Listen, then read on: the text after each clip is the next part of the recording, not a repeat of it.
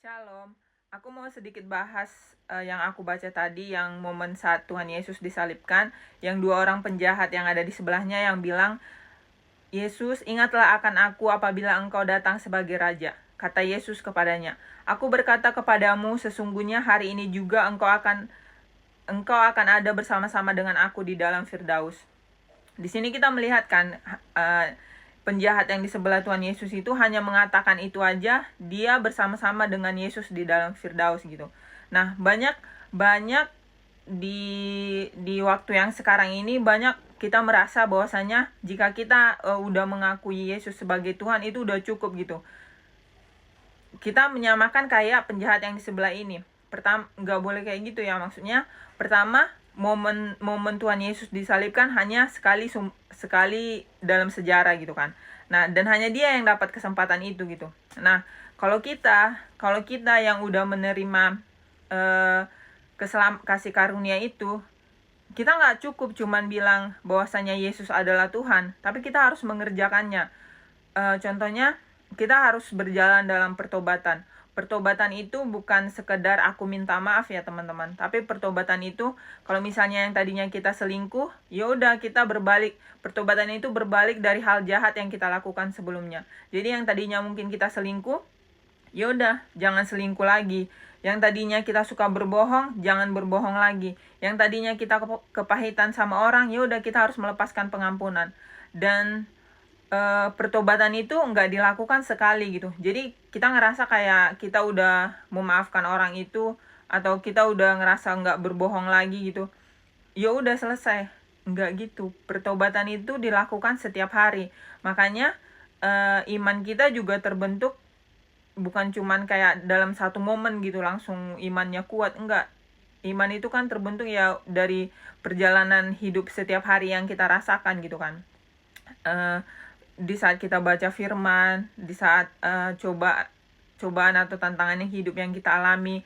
Nah, di situ kita makin kuat, makin beriman kepada Tuhan. Terus, jangan ada yang merasa, dan kita harus membangun hubungan kita itu lebih intens dengan Tuhan.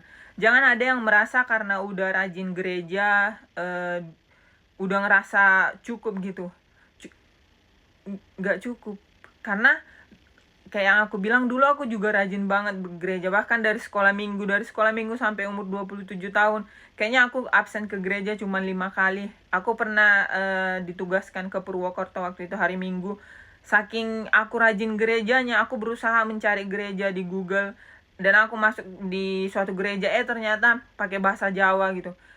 Jadi rajin ke gereja itu bukan suatu tolak ukur, tapi yang pasti malas ke gereja nggak tahu, tanya sendiri aja sama diri sendiri. Istilahnya kalau kita menghitung ya 2 jam di dalam satu tahun ada 365 hari. Kalau 2 jam dalam satu minggu, kurang lebih kita cuman intens gitu sama Tuhan cuman 4 hari. Bayangkan ada 365 hari dalam satu tahun, dan kita cuman ngobrol sama Tuhan 4 hari. Kalau misalnya umur kita 70 tahun, 4 kali 70 itu kayaknya nggak sampai sebulan. Umur kita 70 tahun, tapi nggak sampai sebulan kita ngobrol sama Tuhan, nggak sampai sebulan kita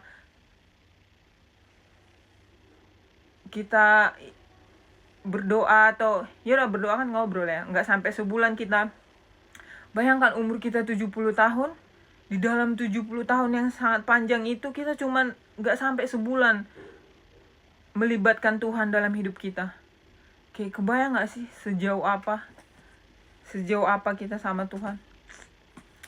Dan tadi karena banyak orang Kristen memakai ayat yang ini tadi, yang bahwasanya hanya dengan mengakui Yesus adalah Tuhan itu udah cukup. Itu jadi dia jadi malas gitu mengerjakan keselamatan itu gitu. Kembali tadi, kita mengerjakan keselamatan itu bukan supaya kita masuk surga, tapi kita mengerjakannya atas kita sayang dan cinta sama Tuhan. Ya ibaratnya orang, misalnya ke orang tua atau ke pacar, buatlah ke pacar kita. Kita kan kalau misalnya ya sewajarnya orang pacaran yang benar, dia kan pasti berusaha memberikan yang terbaik untuk pacarnya kan. Masa sih ini kepada Tuhan yang memberi kita nafas, yang memberi segalanya untuk kita, kita nggak kayak gitu. Harusnya lebih totalitas lagi nggak sih? Oke, jangan lupa baca Alkitab, jangan lupa serius gitu, maksudnya ambil langkah awal dalam hidup kita untuk berjalan dalam pertobatan itu. Karena teman-teman, kemarin aku bilang kita nggak tahu antara kita yang dipanggil duluan atau Tuhan Yesus yang datang duluan. Kalau kita berpikir nanti aku bertobat misalnya kalau udah nemu perempuan yang baik atau nemu laki-laki yang baik, nanti aku bertobat kalau misalnya udah umur segini, nanti aku bertobat kalau misalnya udah dapat kerjaan ini gitu. Kayak kita nggak ada jaminan kita masih hidup besok, nggak ada jaminan kita masih bangun dari tidur kita besok. Oke, jangan lupa baca Alkitab dan selamat bertumbuh teman-teman. Jangan jalan di tempat, usahakan bertumbuh pelan-pelan dan selalu mengandalkan Tuhan. Shalom.